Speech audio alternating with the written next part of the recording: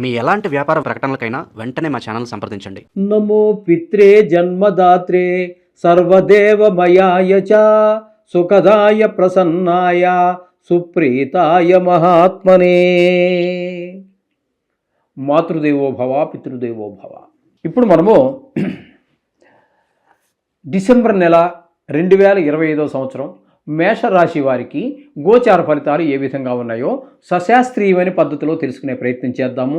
ఇందులో నా కల్పనలు కానీ నా యొక్క సొంత అభిప్రాయాలు కానీ ఏమీ ఉండవు. శాస్త్రం ఎంతవరకు చెప్తుందో అంతవరకు చెప్తాను. కావలసిన వాళ్ళు వినొచ్చు, లేని వాళ్ళు స్కిప్ అవ్వచ్చు, మరేం పర్వాలేదండి. మిమ్మల్ని సబ్స్క్రైబ్ చేసుకోండి అని చెప్పి బతిమాలాల్సినటువంటి అవసరం అయితే మాకు లేదు. శాస్త్రం కావాలంటే వినండి, శుభం.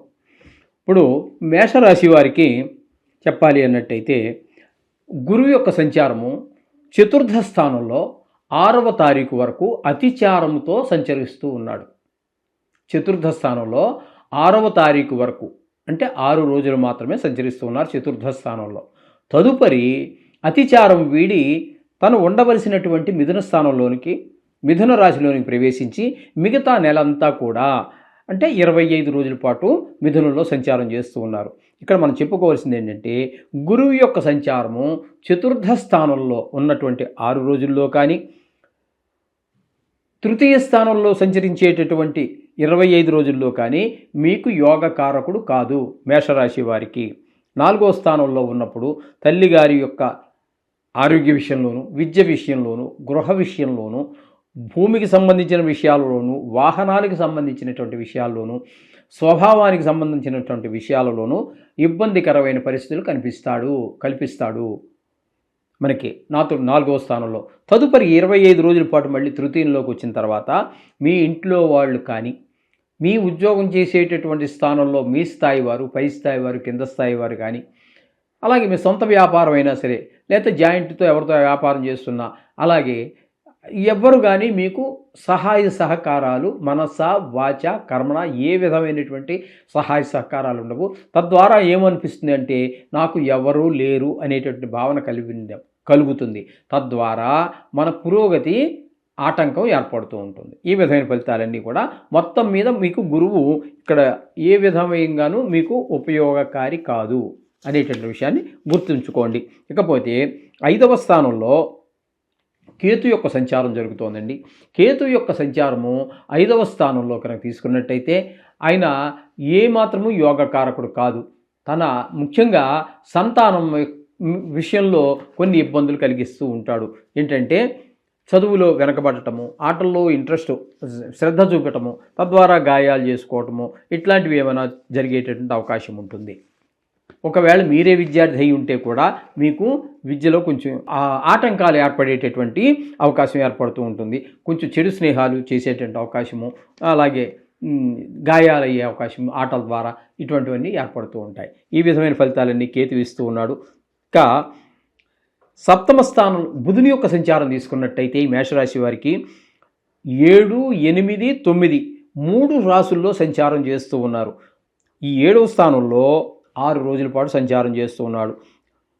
7వ స్థానంలో సంచారం చేసేటటువంటి రోజుల్లో ఆయన మీకు భార్యాభర్తల మధ్యన అనుకూలత, అలాగే జాయింట్ వ్యాపారం ఎవరితోనన్నా కలిసి 2-3 కలిసి వ్యాపారం చేస్తున్నట్టయితే వారి మధ్యన కూడా ఏకాభిప్రాయం ఉంటుంది. తద్వారా అందరూ ఏకాభిప్రాయంతో ఉండడం ద్వారా ముందుకు వెళ్ళేటువంటి అవకాశం ఏర్పడుతుంది. ఇకపోతే 8వ స్థానంలో 24 రోజుల పాటు బుధుని యొక్క సంచారం జరుగుతోంది. ఈ 8వ స్థానంలో బుధుని యొక్క సంచారం 24 రోజులు చాలా చక్కటి ఫలితాలన్నీ కూడా ఇస్తాడు. మీకేంటంటే మంచి శుభవార్తలు వింటారు, హఠాత్తుగా ధన లాభం వచ్చేటువంటి అవకాశం ఉంటుంది.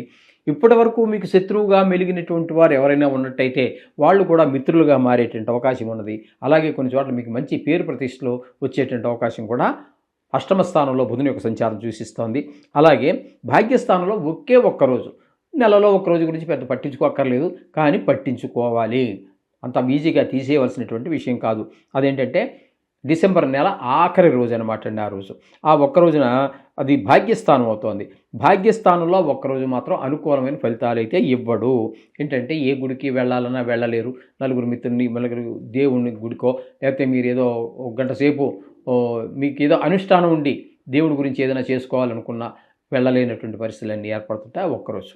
ఇది బుధుని యొక్క సంచారం. అన్నట్టయితే మీకు ఇక్కడ బుధుడు మీకు ఈ 7-8 స్థానాల్లో అంటే ఇంచుమించుగా పూర్తిగా ఒకరోజు వదిలిపెడితే 7-8 స్థానాలు 2 స్థానాల్లోనూ కూడా మీకు ఉపయోగకారే యోగకారకుడు అవుతున్నాడు.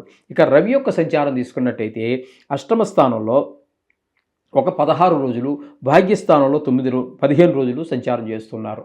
అంటే 8వ స్థానంలో కానీ 9వ స్థానంలో కానీ రవి అనుకూలుడు కాదు. 8వ స్థానంలో 15 రోజులు, ఇక్కడో 16 రోజులు, మొత్తం మీద 2 భాగాలుగా చేసుకున్న 2 భాగాల్లో కూడా 8వ స్థానంలో ఉన్నప్పుడు పెద్ద దుఃఖం కలిగించేటటువంటి వార్తలు వినటం, ఎవరో ఫ్రెండ్స్ దూరం చుట్టాలో లేకపోతే ఆప్త మిత్రులు ఎవరో చనిపోయారని దుర్వార్తలు వినటం, అలాగే ధన నష్టం జరగటం, అలాగే అందరితో ఎవరితో మాట్లాడిన కలహం ఏర్పడటం. మీరు మంచిగానే మాట్లాడి ఉండవచ్చు కాక వారు తప్పుగా అర్థం చేసుకుని ఉంటారు. తద్వారా వారికి మీకు కలహాలు వచ్చే అవకాశం, అపవాదులు వచ్చేటువంటి అవకాశం, పరాభవం జరిగేటువంటి అవకాశం కూడా గోచరిస్తూ ఉన్నది. అలాగే 9వ స్థానం దగ్గరికి వచ్చేటప్పటికి తండ్రి గారి విషయంలోనూ, దాన ధర్మాలు చేసే విషయంలోనూ, గుడి గోపురాలు తిరగడం విషయాల్లోనూ ఆటంకాలన్నీ కూడా ఈ సూర్యభగవానుడు ఏర్పరుస్తూ ఉన్నారు. అలాగే కొద్దిపాటి ప్రభావం పిల్లల మీద కూడా పడే అవకాశం ఉంటుంది. ఎందుకంటే భావాద్భావం కాబట్టి, భావాద్భావం భాగ్యస్థానం అవుతుంది కాబట్టి, అంటే పంచమ స్థానం పుంజస్థానం సంతాన స్థానం కాబట్టి అక్కడ నుంచి భావాద్భావం కాబట్టి 9వ స్థానం అవుతుంది. ఈ విధమైన ఫలితాలన్నీ ఇస్తున్నాడు. ఇక కుజుని యొక్క సంచారం కనుక మనం తీసుకున్నట్టయితే కుజుని యొక్క సంచారం 8వ స్థానంలో 7వ తారీఖు వరకు ఉంటారు. తదుపరి భాగ్యస్థానంలో 24 రోజులు ఉన్నారు. ఇక్కడ కుజుని యొక్క సంచారం 8వ స్థానంలో కానీ అలాగే 9వ స్థానంలో కానీ మొత్తంగా మీకు కుజుడు పూర్తి అశుభ ఫలితాలు మాత్రమే ఇస్తున్నాడు, కానీ శుభ ఫలితములను ఈ రాశి వారికి గోచార రీత్యా ఇవ్వజాలడు. 8లో ఉన్నప్పుడు కొంత పెద్ద దుఃఖం రావటము, ధన నష్టం జరగటము, అలాగే కలహాలు రావటము, ఇట్లాంటివన్నీ కూడా ఉంటుంటాయి. పరాభవాలు, అవమానాలు ఏర్పడుతూ ఉంటాయి. ఇక 9లో ఉన్నప్పుడు అదే గుళ్ళు గోపురాలు ఏమి చూడలేకపోవటము, ఒక మంచి ఆలోచన రాకపోవటం, ఇట్లాంటివన్నీ కూడా ఈ కుజుని యొక్క ప్రభావం వల్ల ఇక్కడ ఎక్కువగా ఈ భాగ్యస్థానంలోని 24 రోజుల పాటు సంచారం చేస్తున్నారు. 20 రోజులు ఈ విధమైన ఫలితాలు ఇస్తూ ఉన్నాడు. ఇక శుక్రగ్రహం యొక్క సంచారం తీసుకున్నట్టయితే 8వ స్థానంలో ఒక 20 రోజులు, 9వ స్థానంలో 11 రోజులు సంచారం చేస్తూ ఉన్నారు. అంటే వృశ్చిక, ధనుస్సు ఈ రాశుల్లో సంచారం చేసేటటువంటి రోజుల్లో శుక్రుడు 2 రాశుల్లోనూ కూడా 8, 9 స్థానాల్లో కూడా చక్కటి ఫలితాలన్నీ కూడా ఈ మేషరాశి వారికి ఇస్తున్నారు. 8వ స్థానంలో ఉన్నప్పుడు మీకు మంచి శుభాలన్నీ జరుగుతూ ఉంటాయి. హఠాత్తుగా ధన లాభం వచ్చేటువంటి విషయం ఉంటుంది. అందరితోటి మంచి స్నేహంగా ఉండగలుగుతారు. కొన్ని చోట్ల మంచి పేరు ప్రఖ్యాతులు వస్తూ ఉంటాయి. అలాగే భార్య కూడా చాలా సంతోషంగా ఉండే అవకాశం ఉంటుంది ఇక్కడ మొదట 8వ స్థానంలో. అలాగే 9వ స్థానంలోకి వచ్చేటప్పటికి గుళ్ళు గోపురాలు తిరగలుగుతారు, అందరినీ చూడగలుగుతారు. ఈ విధమైన ఫలితాలన్నీ కూడా మనకి ఇక్కడ బుధుడు ఇస్తున్నాడు. అంటే మీకు శుక్రుడు 2 మేషరాశి వారికి ఈ నెల రోజులు కూడా శుభ ఫలితాలు ఇస్తూ ఉన్నాడు. ఇక తీసుకున్నట్టయితే ఏకాదశ స్థానంలో రాహుగ్రహ సంచారం జరుగుతోంది. ఈ రాహు అద్భుతమైనటువంటి ఫలితాలు, లాభస్థానం కాబట్టి ఇక్కడ మీకు ఏది ముట్టుకున్నప్పటికీ లాభాలు వస్తూ ఉంటాయి. మీరు ఊహించిన కన్నా ఎక్కువ లాభాలు వస్తూ ఉంటాయి. ఏదైనా వ్యవహారం మొదలుపెట్టినట్టయితే అందులో కూడా పూర్తి విజయాన్ని సాధించగలుగుతారు. ఈ విషయాలన్నిటిలో మనకి రాహు సహకరిస్తూ ఉన్నాడు. ఇకపోతే ఇక్కడ ఈ మేషరాశి వారికి 10వ స్థానంలో శని సంచారం జరుగుతోంది. అంటే ఏలినాటి శని జరుగుతున్నది అని అర్థం చేసుకోవాలి. మీరు 10వ స్థానంలో ఉన్నాడు కాబట్టి ధన వ్యయం, ధనం నష్టం, ధన వ్యయానికి ధన నష్టానికి తేడా ఉందండి.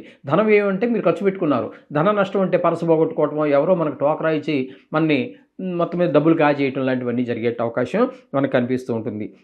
కొంత మనోవిచారం ఉంటుంది, శత్రుభయం ఉంటుంది. ఇట్లాంటి ఫలితాలన్నీ కూడా శని భగవానుడి వల్ల కలుగుతూ ఉంటాయి. మొత్తంగా మనం చెప్పుకోవాలి అన్నట్టయితే మేషరాశి వారికి బుధుడు, శుక్రుడు, రాహువు 3 గ్రహాల యొక్క అనుకూలత బాగున్నది. 3 గ్రహాల యొక్క అనుకూలత బాగున్నది. మిగతా గ్రహాలు ప్రతికూలంగా ఉన్నాయి. 3 గ్రహాలంటే మించుగా గోచార రీత్యా 3 గ్రహాలు బాగున్నాయంటే బాగున్నాయని చెప్పుకోవచ్చు. మిగతా గ్రహాలు ప్రతికూలంగా ఉన్నాయి. వాటి గురించి మీరేం కంగారు పడక్కర్లేదు. ఇది కేవలము గోచారం మాత్రమే, మీ జాతకం కాదు. మీ వ్యక్తిగత జాతకం నిష్ణాతులైన వారి చేత రాయించుకోండి. మా దగ్గర కూడా సౌకర్యం ఉన్నది. దానికి అది మీకు 80%, 100కి 80 పాళ్ళు మీ జాతకాన్ని సూచిస్తుంది. ఇది మాత్రం 10%. 10% ఇంకా దేవుడు. కాబట్టి మీరు ఈ ప్రతికూలంగా ఉన్నటువంటి వాటికి నిత్యం పూజలో ఒక 2 నిమిషాల పాటు నవగ్రహ శ్లోకాలు చదువుకోండి. శుభం.